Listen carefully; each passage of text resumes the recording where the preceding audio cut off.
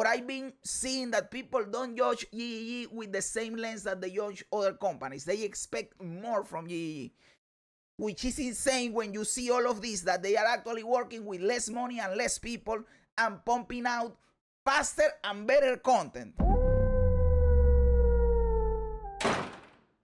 Okay guys, I have this video here from Gavrin that is called Why GGG Can't Hire You and Why That Might Be a Problem. Dude, and I have to watch this video because I feel targeted, dude. I feel targeted because I always say, GGG, please, hire me already. And then Gavrin releases a video saying that they can't hire me. Why not? I feel targeted, dude. Like, this video was made for me. I know that is a huge ego thing. Wasn't made for me, but hey, let me live with my bullshit, dude. So, of course, I want to watch this video to see why they can't hire me. Because I know that I would be a good hire for GGG for the game design thing. I would be awesome in there. I would bring the passion and the energy. Dude, over 60% of you are not subscribed. Why? Why are you like this? Just click the sub button, dude. It is quick, it is easy, it is free. You get content, I get a sub, win-win situation. Just click the sub button, my dude. Greetings, Exiles, I'm Gav. Grinding Gear Games is facing a little bit of a dilemma right now. One that most people aren't even aware of. With now not one, but 2 live service titles under their belt, and Path of Exile 1 taking a back seat for the better part of a year in order for them to lay the groundwork of PoE 2's early access. The pressure is at an all-time high for GGG to continuously deliver quality content at a predictable pace for both games. For this studio, the issue... And they already confirmed, no matter what, we are going to release a league for each game every 4 months, which means that when you take into consideration both games, it is every 2 months. Because they are going to stagger them. So, for example, next week we are going to get a PoE 1 league. Then in August, we are going to get a PoE 2 league. Then 2 months later, we are going to get a PoE 1 league. And then in December, we are going to get a PoE 2 league every 2 months. So this is a content cadence that they are pumping out content all the time, dude. And in between those, you also have minor patches for balancing and for other stuff that didn't make it to the release, and they committed to this, by the way. They said, if we don't have a feature ready for the patch, instead of delaying the patch, we are going to delay the feature. Some people are worried about quality in that case, but hey, let's see what happens. I think that having the 2 months for going to league, it is awesome. I love it.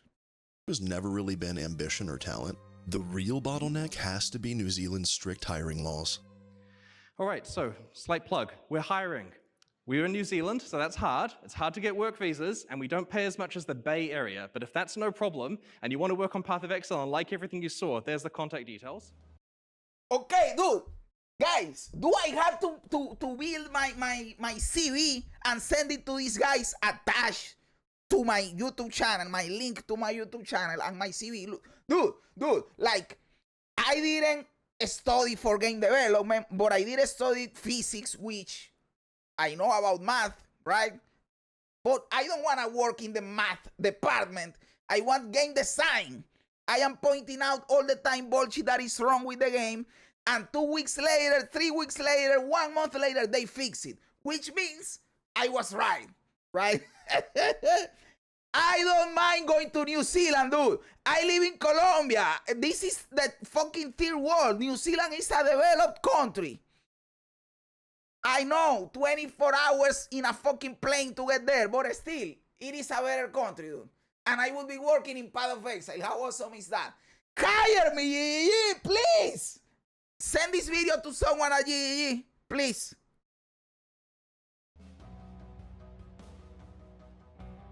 Grinding Gear Games is an accredited employer under New Zealand's Accredited Employer Work Visa Program, or AEWV, so they have the ability to hire outside of New Zealand and Australia, but the AEWV requirements state that before you can ask a migrant worker to apply for a visa, first you have to apply for a job check in order to verify whether or not the job meets the criteria of applying outside of New Zealand.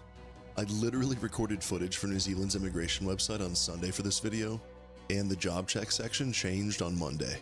So I've gone back and gotten updated footage of the website To my surprise, the requirements are even more strict, and it states even more clearly that the AEWV is designed to ensure that New Zealanders are first in line for jobs. Due to the complexity that's now involved here, I'm not going to try and dissect the legalese or But I believe that is like that in almost every country, right? And people just get around that by saying, we can find someone that can do this job. And let's be honest, for something like game design, you can feasibly say that. Hey, we don't have a dude that knows what we are looking for in game design, right? Isn't it like that? Maybe I am crazy. Maybe I am crazy. I know that for something like, I don't know, an artist, a 3D modeler, or a programmer, maybe it is different, right? Because if there is someone that knows how to code, you have to take them. But for something more abstract, like game design, maybe you can do it. And even for art, you can do it, because you can argue we are not looking for a person with this type of design, of a style, and we are looking for another style, and no one in New Zealand has that style. You can argue that because it is more artistic. But for something that it is more logic-based, like coding, you can probably find someone over there, right? But I am interrupting, and I don't know what the fuck I'm talking about. I am going to let him explain the shit. like I know what all of this means, but essentially it's a major pain in the ass to even attempt to offer jobs to non-citizens. As of June 2nd, 2025, on the Grinding Gear Games website, it says at the very bottom of their employment offerings, please only apply if you currently reside in New Zealand or Australia and are either a New Zealand or Australian citizen. Whether that's by choice or by necessity, I'm not sure, but it's a clear bottleneck, and one that makes scaling up a lot harder. I know you guys might think, and maybe he will address it later in the video, then just move out of New Zealand, dude. Take the company to another country. Maybe it is not that easy either, guys. Maybe they have considered it and they haven't done it, or they are not thinking about doing it because there has to be a reason. And I don't think the reason is we don't want to move because we are comfortable here. It has to be an economic reason, a law reason. It has to, I have to think that there has to be a reason bigger than we don't want to do it, right? Switzerland has a law like this as well, but I believe every country that I have seen, and trust me, I have seen immigration laws of a lot of countries, because I am not joking when I say that I want to go to a first world country. Almost every country has this law that they first have to check with their own citizens before trying to hire people from outside the country. Every country that I have seen from the first world is like that. But maybe New Zealand, the video is only 2 minutes in, maybe New Zealand has other stuff on top of that, right? Than it is for other game studios, particularly those in the US.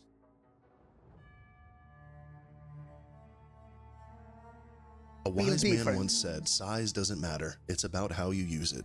And when it comes to game studios, that couldn't be more true. The total number of people credited on Diablo 4 is near or even over like 9,000 or some crazy number. But the Diablo 4 team of developers, artists, and otherwise at Blizzard is closer to 300 or so. The team working on World of Warcraft recently formed a union at Blizzard. They're sitting at around 500 strong right now. As of July 2024, Bungie had reportedly 850 employees working on Destiny 2. I could go on and on listing off larger companies with questionable output for their team size. But they aren't just a lean and efficient team. Their quality to budget ratio is extremely impressive. By Jonathan Rogers' own admission in a recent interview with Destin, the total development costs of Path of Exile 2 was under $100 million. Are you able to give us any hints about what Path of Exile 2 costs to make? Like, is it over 8 digits? Or if it's 9 digits, does that number start with a 2? It's definitely not 9 digits. It's, you know, Okay. it's much lower than 9 digits. I don't honestly, I don't have the figure completely to hand, but I will certainly say that we were profitable from that launch. Like the early access launch made us profitable, right? Like Great. That is awesome, by the way. I love that that is the case, because that means that they can comfortably tank some bad patches, right? Some bad leaks, some rough patches. Oh, we are already in the green. We can tank whatever happens in here, and they can focus on making the game good, right? I have to think that they are going to reinvest that in the game somehow, so that That is good news to me. That is good news to me. In terms of, it paid off the development costs for sure. We're perfectly fine there. I guess you're probably thinking about the fact that, in America, development budgets have ballooned very significantly, and there seems to be sort of issues there. Right there, you have one of the reasons. Maybe they said it is better for us to stay in New Zealand in terms of development costs. Maybe in X or Y country, it will be more expensive for us to develop the same game. But dude, they are in the part of the world they are. Maybe there are countries that it will be even cheaper than New Zealand, right? But at the same time, maybe they don't want those countries because of quality of life or whatever. But countries that I can think of that will be definitely cheaper than New Zealand, that are close, the Philippines or something like that. But maybe they don't want to move to a country like that. Maybe even South Korea, probably. I don't know. I am not sure. Something like that. I don't know. Malaysia, Singapore. Those are close countries. Australia will be the same shade or even more expensive. I don't know. I guess that's sort of a problem that I guess would be specific to America, I would say, because the rest of the game development industry and the rest of the world, I don't think is having that same kind of concern. So yeah, it was the project ended up very well in that regard. Good. That's great to hear. I was sort of curious, why do you think you have such a good grasp on your cost to profit ratio versus the Western market? Is it just where you live, or like what helps? I don't think it's necessarily. I mean, okay, so California obviously has very high salaries relative to other countries, but I mean, I would say New Zealand's pretty much in line with the rest of the world as far as salaries go, like outside of that. So I mean, salaries is definitely a part of it. But the other thing as well is we try to be a very efficient company, right? Like we try to lower the bureaucracy. We haven't, got multiple levels of middle management and things like that. We just That is so important, dude. It makes me so happy to listen to that, because I think this is one of the reasons why WoW and D4 take so long to do simple changes. Because, boss, I want to do this. And then the dude takes that to the other boss. Hey, boss, I want to do this. And then that guy takes it to the other boss. Hey, dude, the other guy wants to do this. And then that dude says, oh, I don't like it like that. Change this a little bit. And then this dude take it back to this dude. And this dude take it back to this dude. And then motherfucker, this is too much, dude. You know what I'm saying? So it makes me happy listening to that, dude, because that is important. Efficiency, dude. Like, Jonathan would be part of the doggy team with Elon Musk. I know it's a meme in the channel, but Marcus started at GGG as a quality tester. Now look at him, our savior. Brother, when I didn't know that, by the way, but we watched a video where they explained that indeed Mark was a gamer, a PoE1 player, and he started working for them. And look, the dude knows his shit. Why? Hey, I can be Mark too. We just, try to keep things slim and lean and efficient. And it's sort of interesting because, something that happens to us is that for a lot of people, our company is their first job. And so at some point, they'll decide for whatever reason they want to leave and go to another company. And a lot of the time when that happens, they have an awakening of like what other companies are actually like, because they sort of assume like they'll be in our company and then they'll see and they'll often think, oh, it's so inefficient that this is happening or that is happening, whatever. And then they go to another company and they realize actually GGG is very efficient relative to a lot of other companies. Hey, that is cool, and you don't know what you have until you lose it, right? But guys, let's be honest in here. Yes, I would take. By the way, I know it is a meme, but I am also serious that if they offer me the job, I would probably take it. Because, dude, New Zealand, better country. I am going to probably earn more money than I am earning, and I will still create content, right? So I am not abandoning my stuff. But the third thing is what every gamer dreams about, which is working in the game that they like, that they want to play. I would have access to what they are working on, to the Druid, to the Shadow, to the Templar, to the other acts. I would be in on the shit, and that is fucking awesome. That is fucking awesome, right? It's something that I kind of take pride in, but it's also a source of frustration for me a lot of the time because, like this is something I care a lot about. And so anytime there is any kind of thing which is like I can see bureaucracy building up, it kind of, goes, I have to get rid of that, So like it's kind of a constant thing where I just constantly have to be fighting against it because it's as I said, something that just builds up in companies over time, and we're getting bigger, right? Like we're over 200. I think we're about 210 at the moment. Like some of those things start to pile up. I can be 211 GGG. And like you start to run into scaling issues. So I'm really hoping we'll be able to keep our kind of lean approach, because I do think it's a huge part of why we're able to create content efficiently and deliver quickly. Whether it's game design, monetization, or community interaction, Grinding Gear Games is punching well above their weight within their genre, and honestly the industry as a whole. One thing GGG has never shied away from is admitting when something isn't working. I have told you guys, I know that there are people that have been with GGG for 10 years and they are used to the GGG way of doing things. So the bar for standards is really high because you've been with GGG for a long time. But I come from playing WoW and Diablo 4 and Dota 2. Dota 2 doesn't have that problem a lot, but it is because the game is not that based around having to have constant patches. It is more community driven, PvP, but still you need patches from time to time.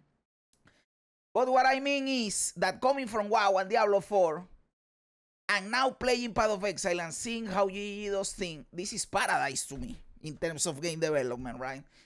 And I know that a lot of people complain about GGG and this or that, but dude, maybe it is because you've been with them for a long time and you have high standards, or even if you have not been with them for a long time, you have the perception of them being one of the good guys and have a higher standard for them than for other people.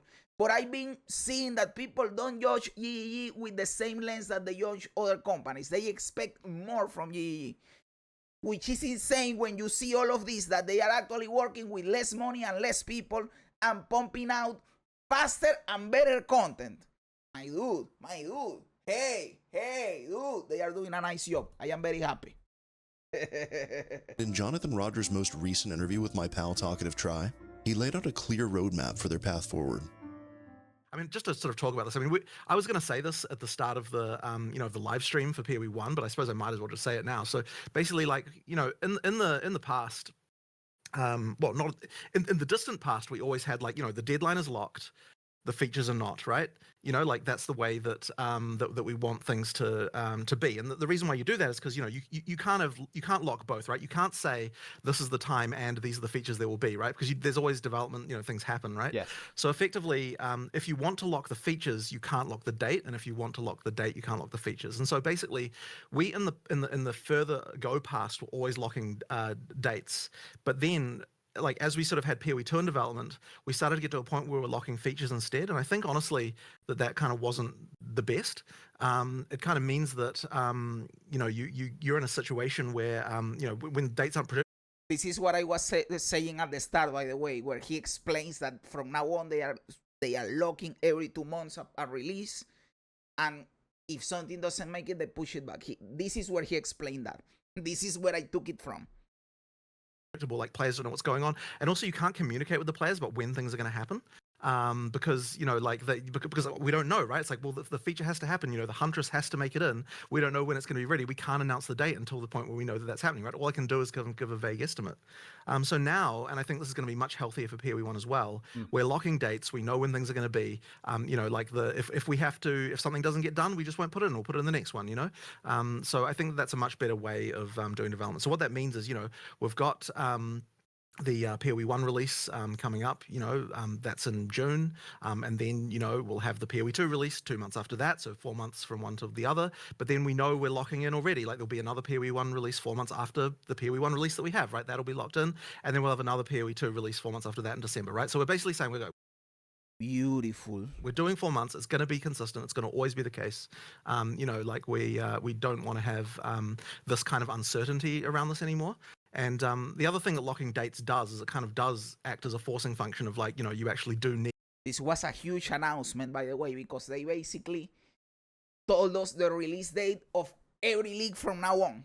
All you have to do is count the months, right? So this was a huge announcement.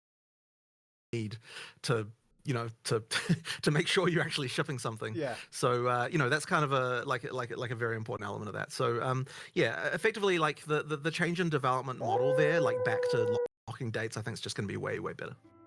They know that there's work to do, and they're actively course correcting in order to get that right. Path of Exile 1 is no longer fully exiled, and Path of Exile 2 should continue course from the position that they propped it up in, with constant quality of life and gameplay improvements rolling in almost weekly, as well as a larger content patch containing a new league, balance adjustments, and new features every 4 months, consistently and reliably. Behind Path of Exile 1 and 2 is a team and studio that's shown time and time again that when they're trusted to deliver, they do. The only question now is, can they actually pull it all off? Yes, they can. I trust. I have faith. I have hope. Maybe I am on huge copium, but I do think they can pull it off. Because what they are going to do is they are going to be delaying features all the time. Like the patch quality might drop a little bit. Like if you are at 100 patch quality, now that they are locking in dates and pushing back features, you are going to have 70% patch quality, right? But you are going to have the patch there all the time when you need it. Dude, I prefer 70% patch quality at a timely manner that no content for months to have it at 100%. I know that some people prefer to wait, whatever the fuck. I don't. I prefer give me the content as fast as you fucking can.